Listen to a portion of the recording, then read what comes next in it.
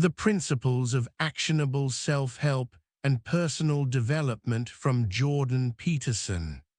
A sleepy summary.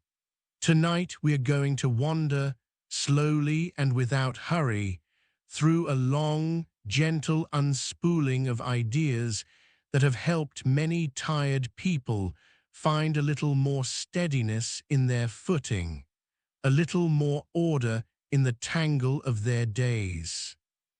They come from the thinking of Jordan Peterson, a psychologist who spent his career studying why people come apart and what small, humble, repeatable things seem to help put them back together. We begin, as these things so often do, with the plain, unglamorous idea of responsibility. Not responsibility as a burden dropped on you by someone else, some external rule you're forced to obey, but responsibility as the very thing that gives a life its shape, the way a riverbed gives a river its shape, the way a trellis gives a climbing vine somewhere to grow toward. A life with no responsibility in it doesn't feel free.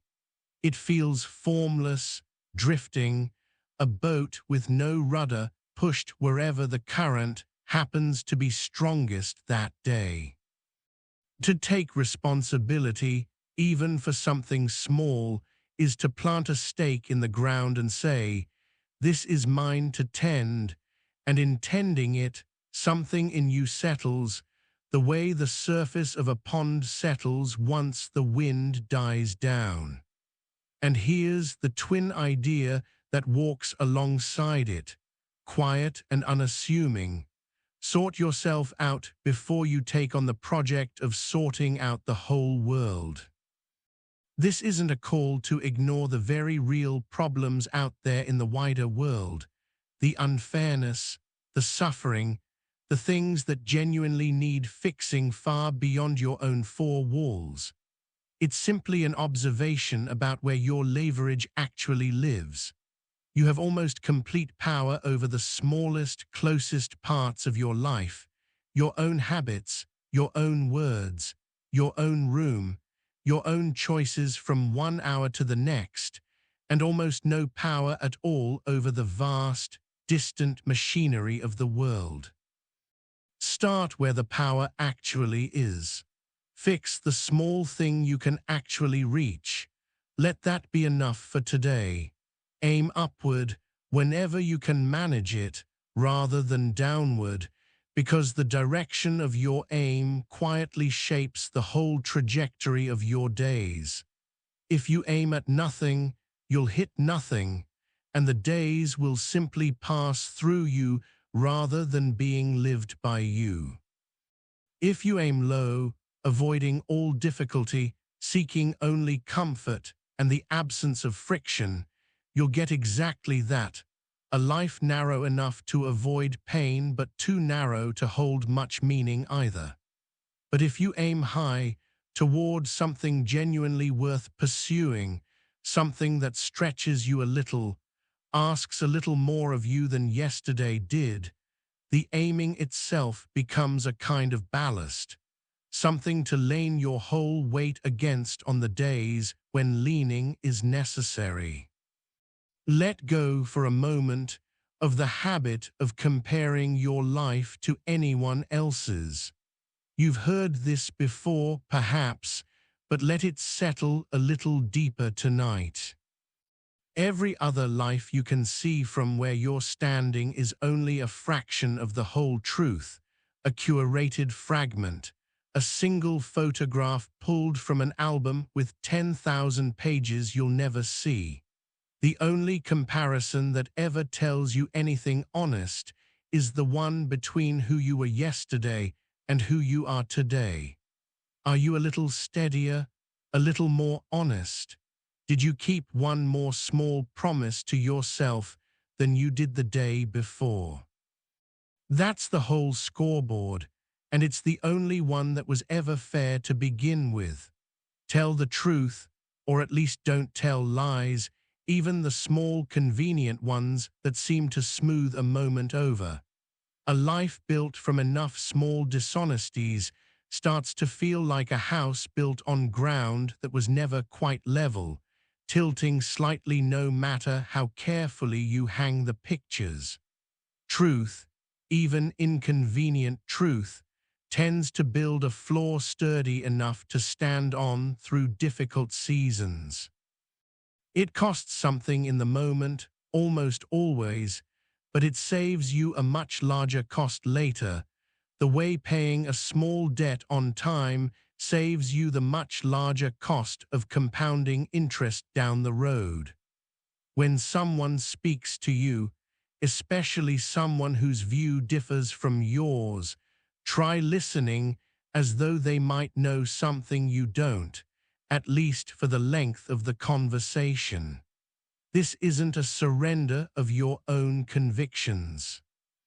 It's simply an acknowledgement that certainty closes a door curiosity would otherwise keep open, and far more is learned through an open door than a closed one.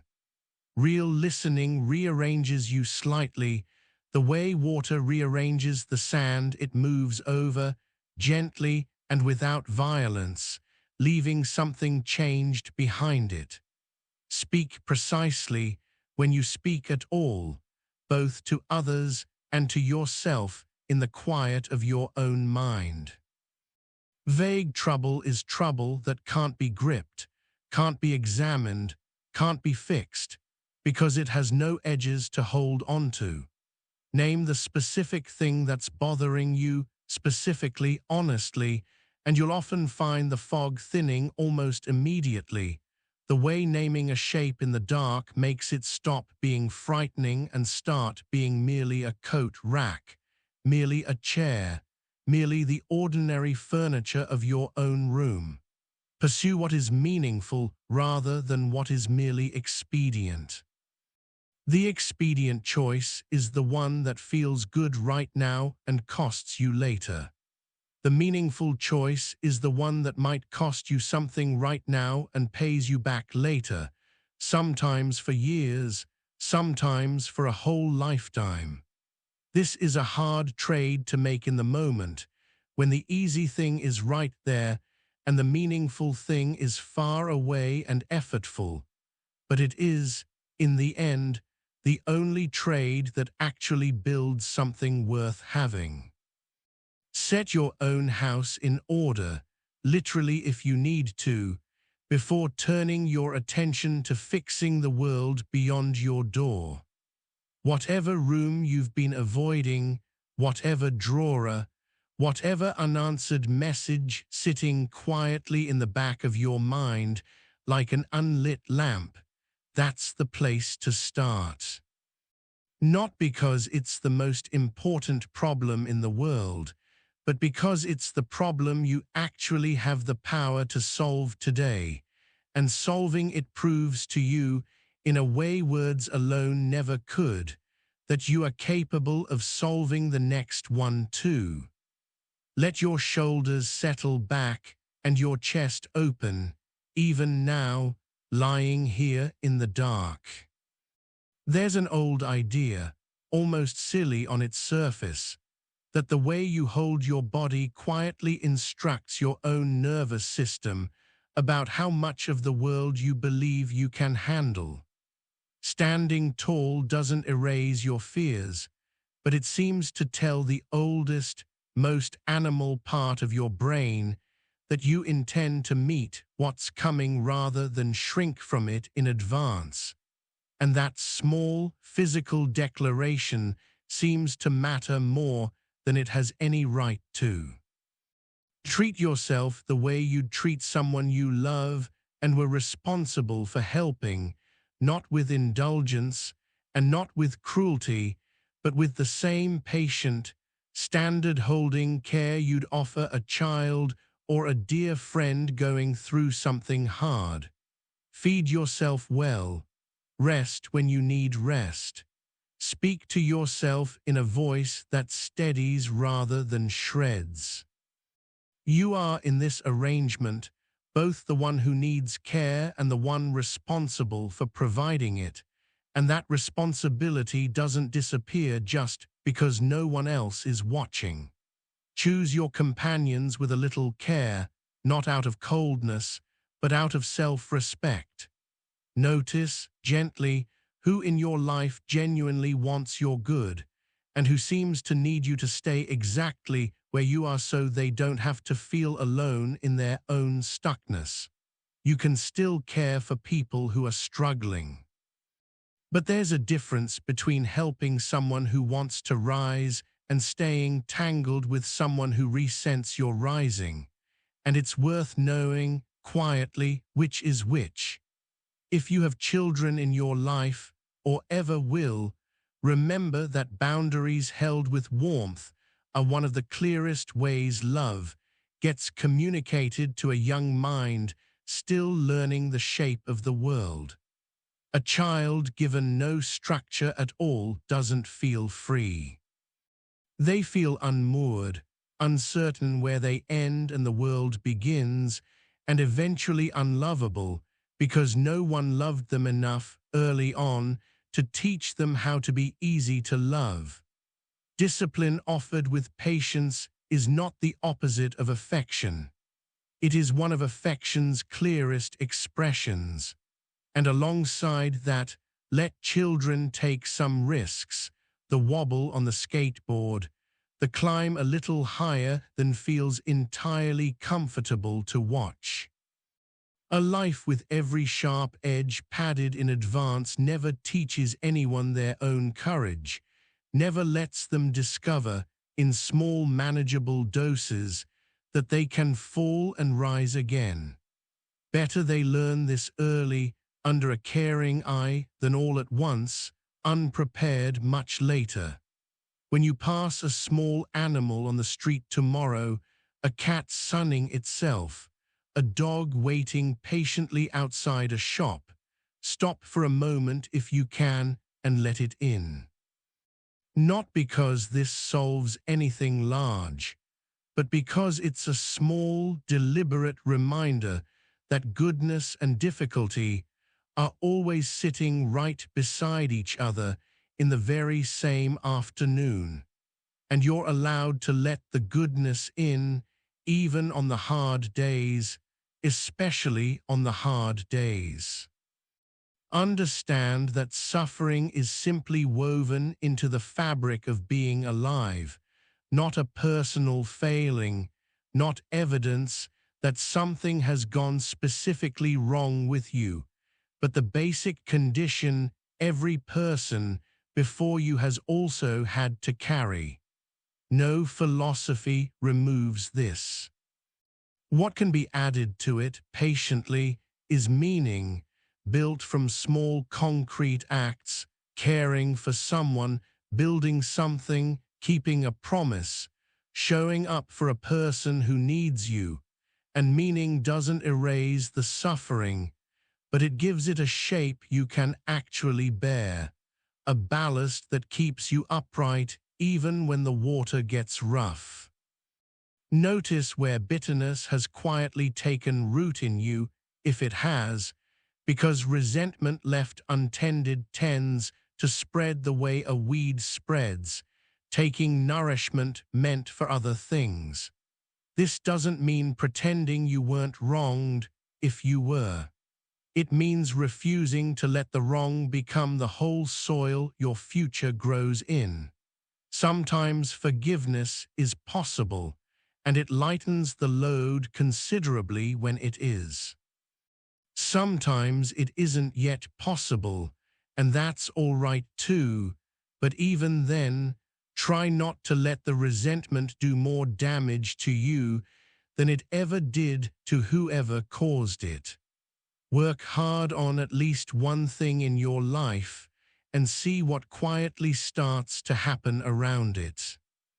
Not scattered effort across a dozen half-hearted pursuits, but real, focused, patient effort on one thing you've chosen to care about, and watch how competence in that one area tends to spread outward, lending you confidence and structure that touches parts of your life you didn't even set out to improve. Be wary of adopting a whole ready-made ideology to explain the world to you, some tidy package of answers that claims to resolve every complicated question in advance. The world is more textured than any single story can capture, and a person who has outsourced all their thinking to a slogan has traded the difficult, rewarding work of understanding for the easy comfort of certainty, and that trade rarely pays off in the long run. Notice that opportunity often lives exactly where responsibility has been abandoned, in the neglected task nobody wants, in the unaddressed problem everyone else has walked past. This isn't a call to seek out drudgery for its own sake, but a quiet observation that the things left undone by others are very often the places where a person willing to show up patiently and competently can build something meaningful that almost no one else was willing to build. Try, sometime soon, to make one small corner of your life more beautiful than it needs to be. A tidy shelf, a well-tended plant, a room arranged with a little more care than function strictly requires. Beauty, even in small doses, seems to remind something in us that life is worth the trouble, that order isn't only useful, it can also be lovely, and loveliness, however small, has its own quiet way of restoring a person. Do not do things you hate whenever you have the choice, and notice, gently, when you've built a life around obligations that have slowly hollowed you out. This isn't permission to abandon every difficulty, since difficulty and hatred aren't the same thing, and worthwhile things are often hard without being hateful. But if some part of your life has curdled into something you actively despise, that's worth examining honestly rather than simply enduring indefinitely. Understand that hierarchies of competence, people who are better at some particular thing than others, aren't inherently unjust, even though they can certainly be misused. A world with no hierarchies at all would be a world where skill meant nothing, where the person who spent years mastering something and the person who never tried at all were treated identically, and that would be its own kind of unfairness, quieter but just as real.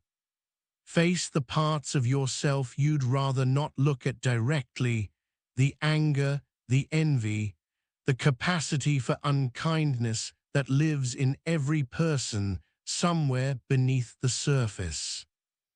This isn't an invitation to act on those parts, but a suggestion that pretending they don't exist in you at all tends to make them stronger and more dangerous, hidden and unsupervised in the dark, whereas acknowledging them honestly tends to bring them under a kind of watchful care, the way a lit room is easier to keep tidy than a dark one. Negotiate honestly with yourself, the way you'd negotiate with someone you respected but didn't fully agree with. If part of you doesn't want to do the hard thing, don't simply steamroll that part into silence. Listen to what it's actually afraid of, and see if you can find a version of the hard thing that this frightened, reluctant part of you can also agree to. Because a life spent constantly overriding your own resistance eventually breeds a quiet rebellion from within, and it's better to bring that part along willingly than to drag it the whole way. Recognize that small, repeated actions compound over time far more than any single dramatic gesture ever could. The tidied room, repeated daily, becomes a tidy life. The kept promise, repeated daily, becomes a trustworthy character. The 5 minutes of reading, repeated daily, becomes a mind stocked with more than it started with. Nothing about any single day looks impressive, and that's all right, because the compounding was never supposed to be visible day by day. It becomes visible only when you look back across a long enough stretch of time to see how far the small repeated steps actually carried you. Build a rough hierarchy of what actually matters to you, so that when your time and energy are limited, and they always are, you know roughly which things deserve the first portion of them and which things can wait. Without this, everything competes for your attention with equal, exhausting urgency, and the important things quietly lose out to the merely loud ones. With even a rough sense of your own priorities, you can meet each day's chaos with at least a little more clarity about where your effort should actually go. Imagine, every so often, the shape of the life you'd actually like to be living some years from now, in some detail, not as a fantasy to escape into, but as a kind of compass you can check your present choices against. If the choice in front of you moves you closer to that imagined life, it's probably worth making. If it moves you further away, that's worth noticing too, even if the choice still feels tempting in the moment. Understand that ritual and tradition, the small repeated structures inherited from those who came before you, carry a kind of accumulated wisdom that isn't always obvious at first glance. Not every old habit deserves to be kept, and some absolutely deserve to be questioned and discarded. But there's a difference between examining an inherited structure thoughtfully and simply discarding everything old because it's old. Sometimes the ritual persisted because it quietly worked across many generations of people who never wrote down exactly why. Attend to today as well as tomorrow.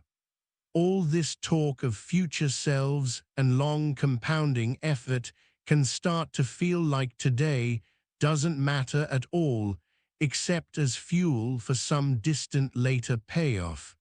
But that isn't quite right either. Today is also the only place you're actually alive right now, the only place any rest or joy or connection can actually happen. And a life spent entirely mortgaged to the future never quite gets around to being lived. Balance the long, patient building with small moments of simply being here, now, in this one ordinary evening, which is not nothing, which is in fact the only place anything ever really happens. Recognize your own fragility gently, without despair. You are like everyone else, a temporary and somewhat delicate thing, capable of being hurt, capable of failing, capable of running out of energy long before your ambitions do. This isn't a discouraging thought if you let it settle the right way. It's simply an honest one, and honesty about your own limits tends to produce a kinder, more sustainable pace than the fantasy of limitless capacity ever could. Offer something to the people around you in whatever way is actually available to you, rather than only taking what you can from a situation. A person who moves through the world looking only for what they can extract tends to end up, eventually, quite alone, because other people can feel the difference between someone who's present with them and someone who's simply calculating an angle. A person who moves through the world looking for what they can contribute, even small things, tends to find, almost without trying, that people want them nearby. Be careful about who or what you place your highest devotion in, because whatever occupies that place will end up shaping the whole structure of your days around it, whether it deserves that much shaping power or not. A person, an ideology, a substance, a fantasy of success, any of these can end up sitting at the very top of your private hierarchy of value, quietly directing everything beneath it. And it's worth checking, honestly, whether whatever sits there has actually earned that position.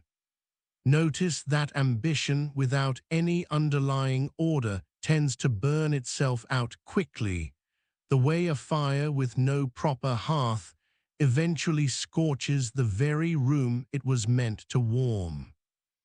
Ambition paired with patient daily structure tends to last, slow and steady, the way a fire tended carefully in a well-built hearth can keep a whole house warm through a long winter without ever needing to rage out of control to do it. Understand that meaning, built carefully from small responsibilities well kept, is one of the sturdiest defenses against the sense that nothing matters at all, that old, creeping nihilism that visits nearly everyone at some point in a difficult season. You don't have to solve the largest philosophical questions to hold nihilism at bay. You simply need one true responsibility, one person or task or commitment that genuinely matters to you, and tend it faithfully, and that alone tends to be enough to keep the floor from giving way entirely. Let yourself be a little more courageous than comfortable in small daily doses, the difficult conversation instead of the avoided one, the honest answer instead of the easy one, the slightly harder task instead of the path of least resistance. Courage built in small increments compounds exactly the way competence does, until one day the thing that used to feel impossible simply feels like Tuesday. Rest now, because rest itself is part of the discipline, not a betrayal of it. A person who never allows themselves to stop, who treats every quiet hour as wasted unless it's producing something, eventually runs their own engine down past the point of safe operation. The tree doesn't grow every single day of the year. It rests through winter patiently, so it has something left to grow with when spring finally comes, and you're allowed exactly that same patient rest tonight, without guilt, without needing to justify it as productive, simply because rest is what tonight is for.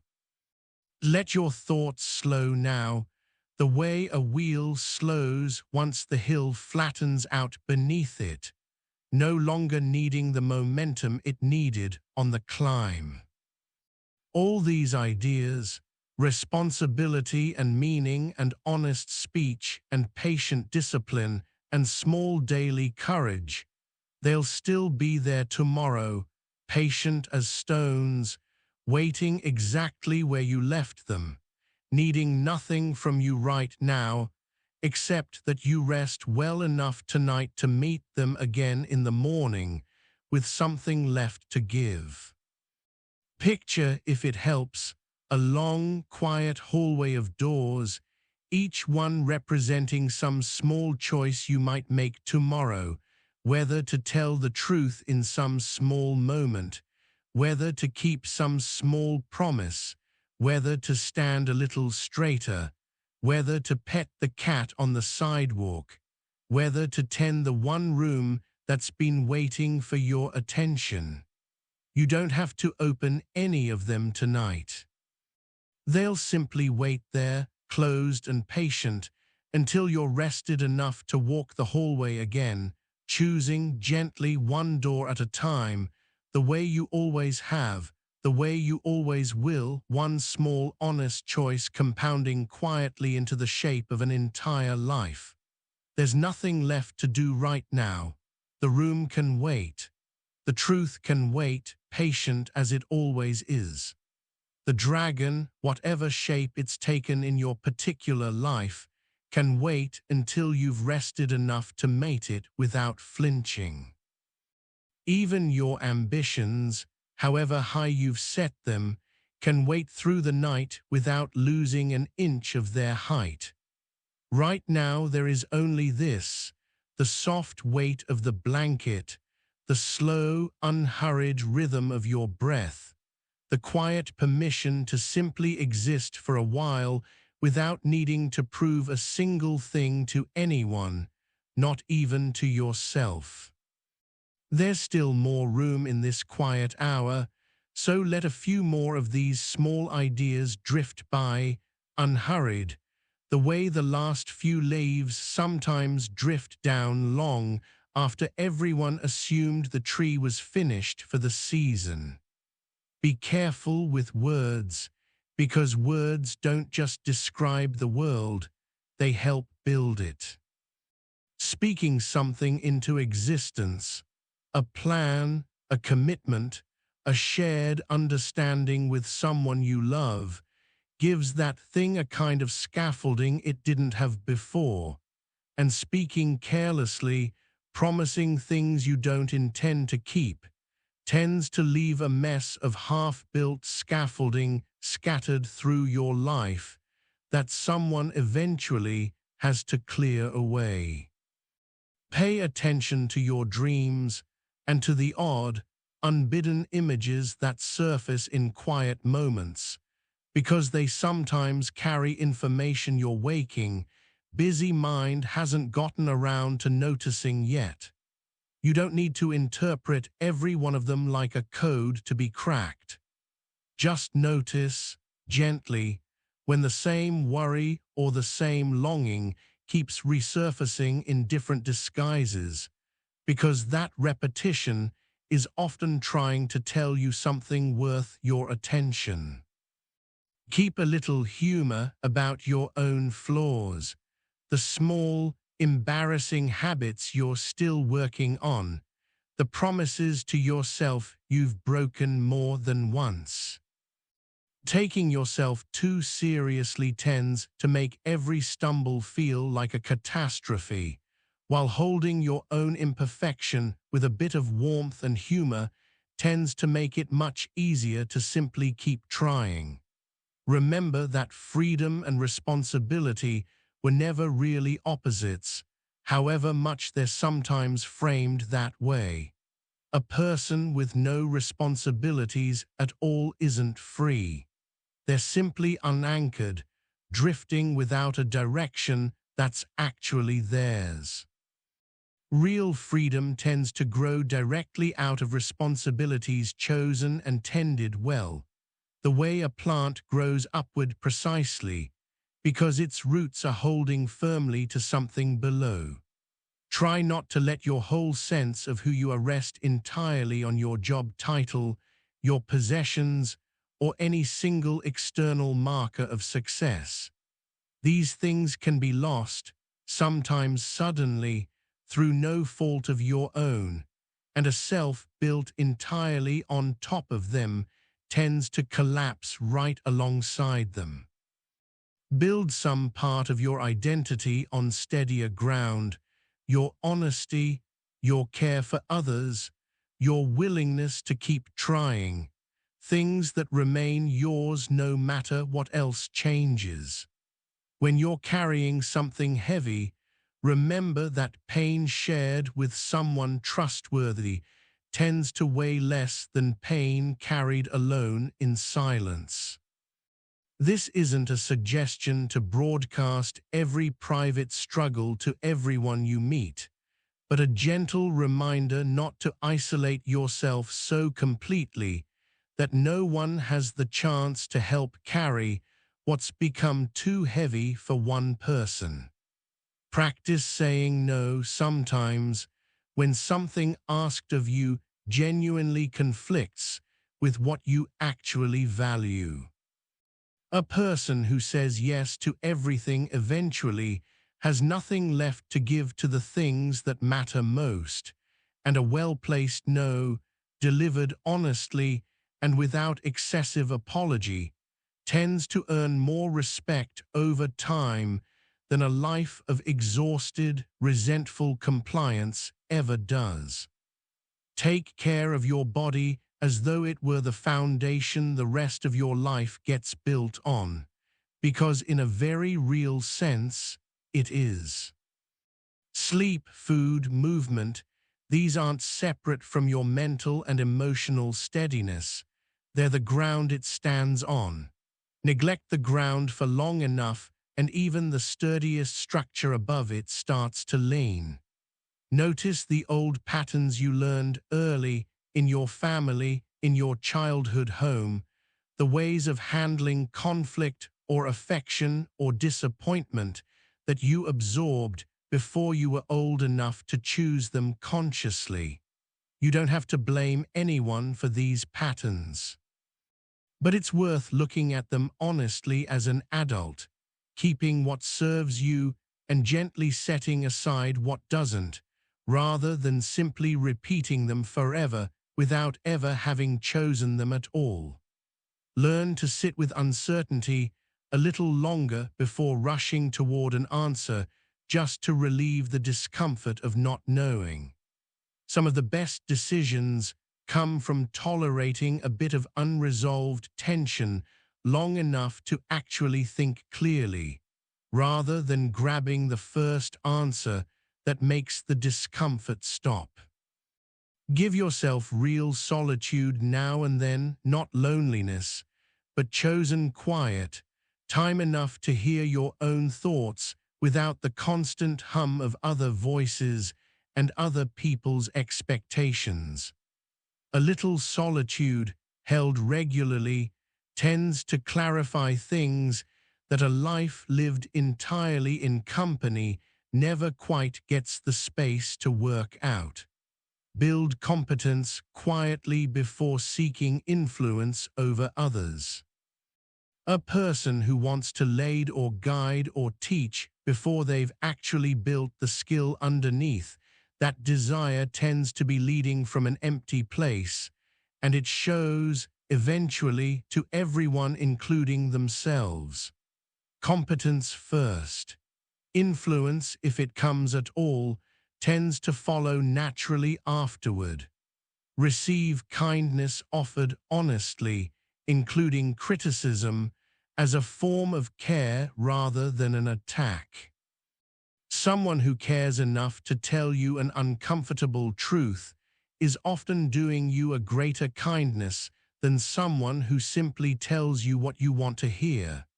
This doesn't mean every criticism is fair or well delivered, but it's worth checking before you dismiss it whether some part of it might actually be true. Accept a compliment when it's offered, simply and gracefully, rather than deflecting it or arguing yourself out of it. Refusing kindness, even the small kindness of a compliment, tends to teach the people around you slowly to stop offering it, and it teaches you slowly that you don't deserve the good things people notice in you, which isn't a lesson worth learning. Treat your own ignorance as temporary rather than permanent. There is no shame in not knowing something yet, only in refusing to learn it once you've noticed the gap. Curiosity, kept alive across an entire lifetime, tends to keep a person young in a way that has nothing to do with the body. Let go of the need to do something perfectly before you're willing to start it at all. A clumsy first attempt, made honestly, teaches you more than an infinitely postponed perfect attempt that never actually happens. Begin imperfectly. Improve as you go. That's how nearly everything worth doing has ever actually been done. When you make a mistake, try to judge the specific action rather than condemning your whole character because of it. You did a foolish thing, perhaps, but that doesn't make you a foolish person through and through. Separating the act from the whole of who you are makes it possible to actually learn from the mistake instead of simply drowning in shame about it. Notice how often the imagined version of a difficulty is worse than the difficulty turns out to be once you actually face it. The dread beforehand tends to inflate things well past their real size, and walking toward the thing you feared, even partway, tends to shrink it back down to something you can actually handle. Choose some manageable difficulties on purpose: a hard workout, a cold morning walk, a demanding project, not to punish yourself, but because facing chosen, survivable stress tends to build a kind of resilience that carries over into the stresses you didn't choose, the ones life hands you without asking first. Make sure your basic needs, rest, food, safety, connection, are reasonably met before expecting too much of yourself in the way of ambition or self-improvement. It's very hard to reach for meaning and purpose from a body and a life that are still scrambling to cover the fundamentals, and there's no shame in tending to the foundation first. Keep a small, honest record of the good things that happen to you, even the tiny ones: a kind word, a good meal, a moment of quiet. This isn't about denying the hard parts of your life, but about making sure the good moments don't slip past unnoticed simply because they were small, since a life made almost entirely of small good moments, properly noticed, adds up to something considerable. Remember that growth tends to happen at the edge of what you already know how to do, not deep in the comfortable middle of it, and not so far outside it that you're simply overwhelmed. Look gently for that edge in whatever you're working on, and spend a little time there each day, rather than only ever practicing what's already easy. Think through your own sense of right and wrong honestly, rather than simply adopting whatever your surrounding group currently believes without examining it yourself. Group consensus shifts, sometimes for good reasons and sometimes not, and a person who has actually thought their own values through tends to stay steadier through those shifts than one who borrowed their whole moral compass second-hand. Be wary of grand plans to remake the whole world according to some perfect vision, however well-intentioned, because history has shown, again and again, how much damage gets done to real, individual people in the name of perfecting an abstraction. Improve what's actually in front of you instead, one honest, human-sized step at a time. Keep your promises especially carefully to those who have no power to hold you accountable if you break them: a child, an animal, someone vulnerable who depends on you and couldn't force you to follow through even if they wanted to. How you treat the people who can't make you keep your word tends to reveal more about your actual character than how you treat anyone who could. Understand that who you are is built from both what you were given, your temperament, your early circumstances, and what you've chosen since, your habits, your commitments, your daily small decisions. You don't have full control over the first part, but you have quite a lot of control over the second, and it's worth spending your energy there rather than resenting the parts you never got to choose. Check in with yourself honestly every so often: a quiet, unhurried kind of self-examination before small drift becomes a larger crisis. A few honest minutes spent noticing where you've been slipping, where resentment has crept in, where a habit has quietly turned against you, tends to catch problems while they're still small and manageable. Don't neglect your body while only tending your mind, and don't neglect your mind while only tending your body. They were never really separate projects. A tired, poorly fed body makes even the clearest mind foggy, and an anxious, untended mind makes even the strongest body feel fragile. Tend both gently together. Notice anger when it visits, rather than pretending it isn't there. Anger, left completely unexamined and unexpressed for too long, tends to either explode later, at the wrong target, or curdle slowly into something colder and more corrosive. Anger named honestly and addressed calmly tends to pass through and leave you clearer rather than staying and making a home in you. Let curiosity lead you toward the things that frighten you a little, whenever it's safe to do so, because curiosity and fear have a hard time occupying the exact same moment, and a mind genuinely curious about a frightening thing tends to find that thing a little less frightening than a mind that simply avoids looking at it altogether. Choose your heroes and role models with some care, because whoever you quietly admire tends to shape the direction you grow in, whether you notice it happening or not. Admiring people for their honesty and competence tends to grow you in one direction. Admiring people only for their power or their fame tends to grow you in quite another.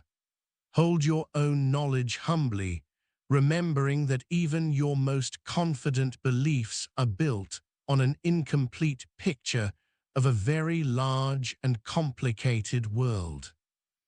This humility doesn't mean having no convictions at all. It simply means holding them loosely enough to update them when good evidence arrives, rather than clutching them so tightly that no new information could ever get through. Real independence includes knowing how to cooperate well with others, not standing entirely apart from everyone. A person who can't work alongside anyone else isn't independent. They're simply isolated, and isolation was never the same thing as strength. True self-sufficiency includes the skill of building good, reciprocal relationships, not avoiding them. When you're holding a boundary with someone you love, especially a child, try to hold it with warmth rather than only firmness. Structure delivered coldly tends to breed quiet rebellion. Structure delivered with real warmth underneath, it tends to be received, eventually, as the form of love it actually was. Notice that a life built entirely around chasing pleasure tends to grow strangely empty over time. The way a meal made only of sugar leaves you both full and unsatisfied at once. Pleasure has its place, and it's not something to feel guilty about, but it makes a poor foundation on its own without something more substantial like purpose or connection underneath it. Favor the choice that serves your life over the next several years, over the one that only serves the next several minutes, whenever you can manage the trade. This is hard, always, because the short-term pull is loud and immediate, and the long-term benefit is quiet and distant. But noticing the trade honestly, even without always choosing the harder path, is itself a useful habit to build. Find dignity in your work, whatever it happens to be, beyond simply the income it provides. Even ordinary, unglamorous work, done carefully and honestly, tends to offer a person something steady to stand on, a sense of having contributed something real to the day, which is worth more than people often give it credit for. Mark the transitions in your life with some small ceremony, even a modest one, a birthday properly noticed, an achievement quietly celebrated, a hard season deliberately marked as finished. These small rituals help your mind register that something has actually changed, rather than letting all of life blur together into one continuous, undifferentiated stretch of time. Speak up, gently but clearly, when you notice something genuinely wrong happening in front of you, even when staying quiet would be easier. This doesn't mean picking every possible fight. It means not training yourself into permanent silence out of simple convenience, because a person who never speaks up for anything eventually loses the capacity to recognize when speaking up actually matters. Remember that shared stories, the ones a family or a community tells about itself, its history, its values, its sense of what matters, tend to hold people together in ways that go deeper than simple proximity. Contributing honestly to those shared stories and passing on the good ones is itself a quiet, worthwhile task. And underneath every single one of these small ideas sits the same quiet trust we keep returning to. That small, honest, cumulative effort, repeated patiently over a long enough stretch of time, is genuinely sufficient. You don't need to solve everything tonight or even this year. You only need the next small, honest step, taken with as much care as you can manage, and then the one after that, for as long as a whole life happens to last. Let your body sink further down, heavier now, warmer now, the way a stone sinks slowly through still water, unhurried, uncontested, finding its own quiet resting place at the bottom without needing to fight the water at all. Whatever you carried into this rest tonight, you can set it down now, fully, the way you'd set down a heavy bag at the end of a long walk, trusting that it will still be there in the morning if you need to pick it back up. But that right now, for these last few minutes before sleep takes you all the way under, you don't need it at all.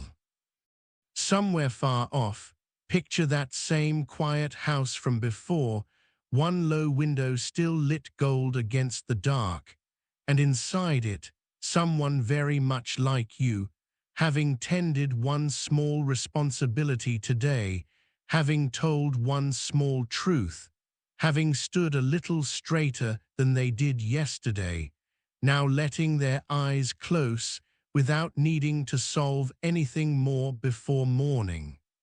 That is all any of this was ever really asking of you. Not 100 principles memorized and perfectly applied, but 100 small, forgivable, repeatable attempts, made gently over and over across a whole quiet lifetime. You are already that person tonight simply by resting well. Let's linger a little longer here in this soft space before sleep, because there are still more of these small, quiet ideas worth letting settle into you, and there's no rush at all in getting to the end of them. Consider the idea of voluntarily taking on burdens rather than waiting for life to hand them to you unasked. There's a particular kind of strength that grows in a person who chooses difficulty on purpose, who volunteers for the harder task, the earlier shift, the uncomfortable conversation, before anyone forces the choice on them. This isn't about seeking out suffering for its own sake. It's about discovering, again and again, that you are the kind of person who steps toward difficulty rather than waiting to be dragged toward it. And that discovery about yourself becomes a quiet source of confidence that no amount of easy comfort could ever provide. Notice how often avoidance makes a problem larger rather than smaller. The unanswered message grows heavier the longer it sits unanswered. The awkward conversation grows more awkward the longer it's postponed. The small medical concern grows more frightening the longer it's left unexamined. Almost nothing shrinks simply by being ignored. Most things left alone in the dark tend to grow, quietly, the way mold grows in a damp, unattended corner, and the earlier you bring a small, honest light to a problem, the smaller it usually turns out to have been all along. Understand that competence is built through repetition, not through inspiration. You don't need to feel motivated to take the next small step. Motivation is a fickle, undependable visitor, showing up occasionally like good weather and disappearing just as unpredictably. Discipline, on the other hand, doesn't require the visit of motivation at all. It simply requires that you do the small thing again today, whether or not you feel like it, the way a person brushes their teeth without needing to feel deeply inspired about dental hygiene first. The feeling, when it comes at all, tends to follow the action rather than precede it. Be wary of adopting the role of a permanent victim, even in circumstances where real harm was genuinely done to you. This is a delicate thing to hold gently, because real harm deserves to be named honestly, and pretending otherwise helps no one. But there's a difference between naming a real wound and building your entire identity around it, letting it become the single lens through which every future moment gets interpreted. A wound named honestly can begin to heal. A wound turned into an entire identity tends to keep reopening itself indefinitely, because healing would mean giving up the only story you've built your sense of self around. Try to become the kind of person other people can rely on, not because you're seeking praise, but because reliability is one of the sturdiest gifts you can offer the people around you, and it tends to come back to you in ways you can't always predict.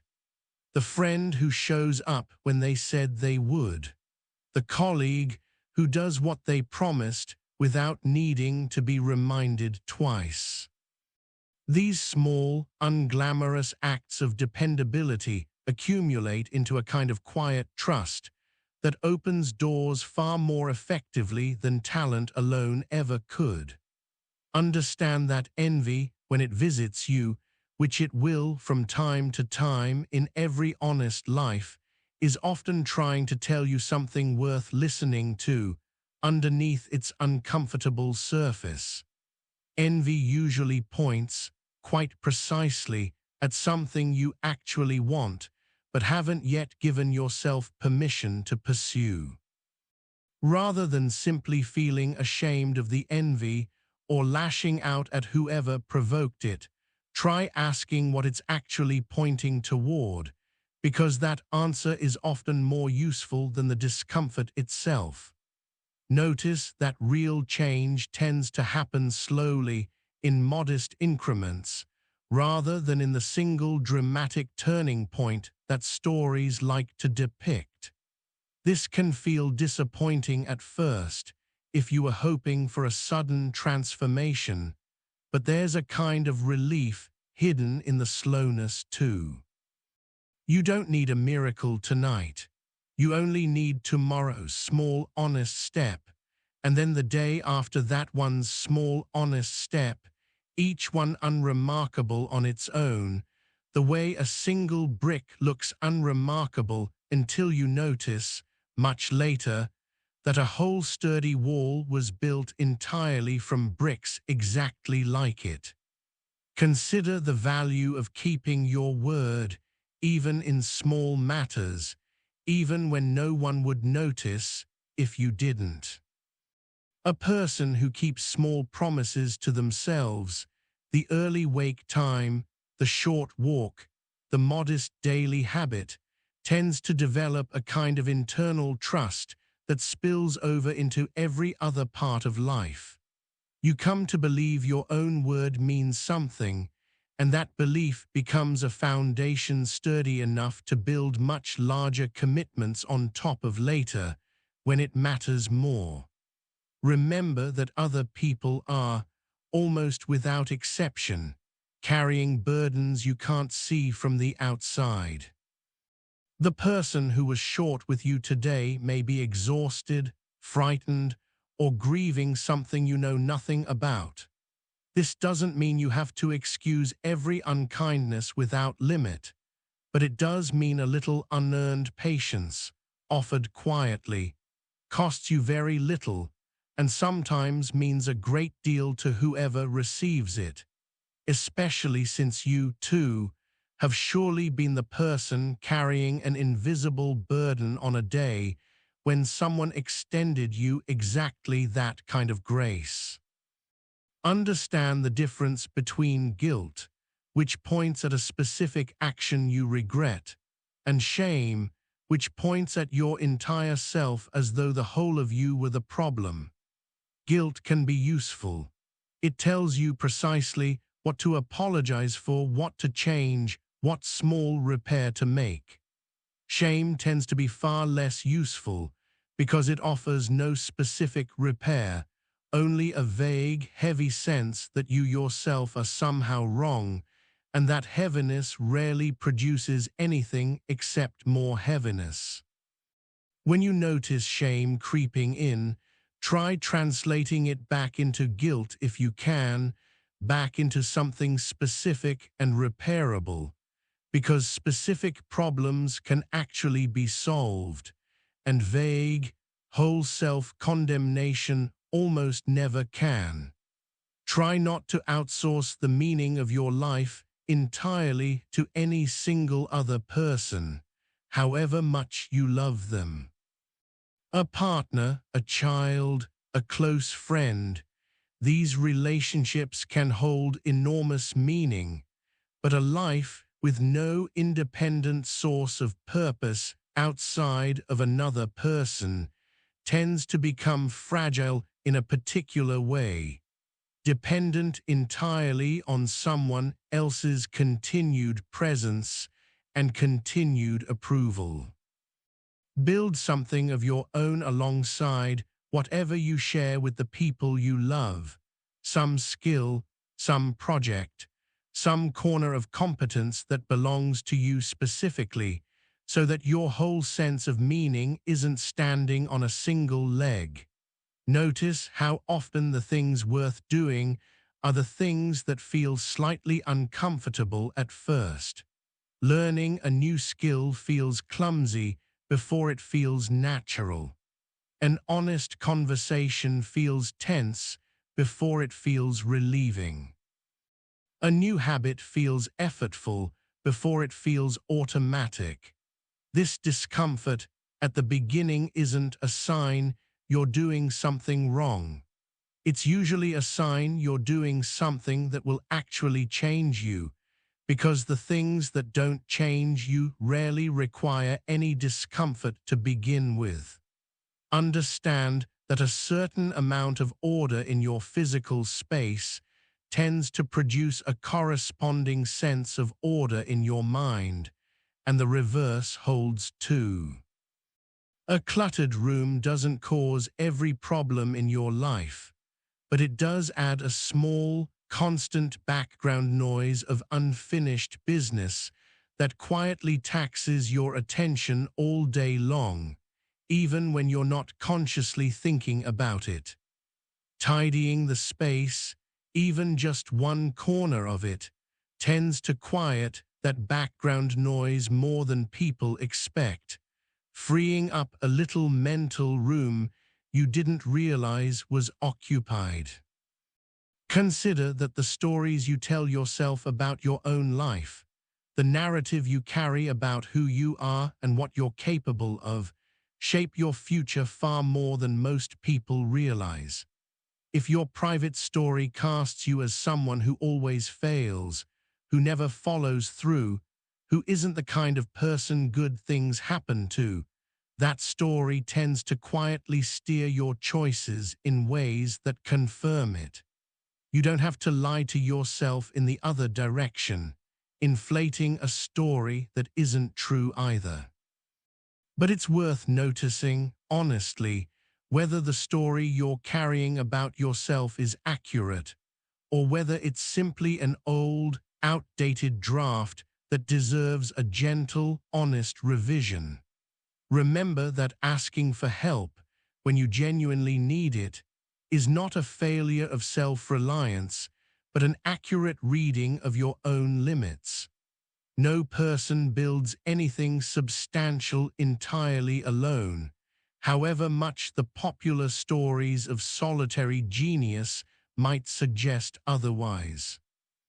Behind every accomplished person is a quiet network of people who taught them, supported them, corrected them, and believed in them before they'd proven anything yet. Allowing yourself to be helped is not weakness. It's simply an honest acknowledgement that you're a finite creature living among other finite creatures, all of whom need each other more than pride likes to admit. Notice the particular comfort that comes from routine, not as a cage, but as a kind of trellis that lets the more spontaneous, creative parts of your life have something sturdy to climb along.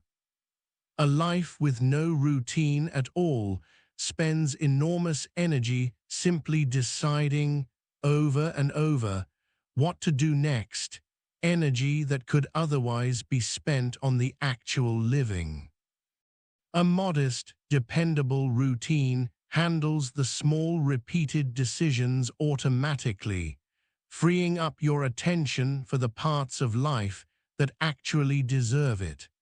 Consider that patience with your own slow progress is itself a discipline worth practicing, separate from the discipline of the progress itself.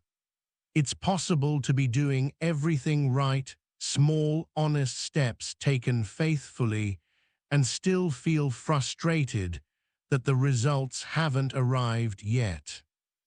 That frustration is understandable, but it isn't especially useful, and learning to hold your own timeline loosely, trusting the slow compounding even when it's invisible day to day, is its own quiet skill worth developing alongside all the others. And finally, before we let all of this rest quietly in the dark alongside you, remember that none of these ideas were ever meant to be followed perfectly. Every person who has ever tried to live according to principles like these has failed at some of them, regularly, imperfectly, the same as you will. The point was never flawless execution. The point was always the slow, patient, repeated return to trying again, a little more honestly, a little more courageously, a little more kindly than the time before, and that return, made faithfully over and over across a whole lifetime, turns out to be more than enough. In the end, This sleepy summary, with its relaxing tone and warm glow, is not meant to replace something. It is meant to honor and point toward a much larger light. It is offered with care and with the genuine hope that something in tonight's listening finds its way into you as an invitation. Let this be the beginning of something you carry forward in the light of an ordinary tomorrow. And if this lamp has helped you in some way, a light keeps it burning for someone else who might need it too.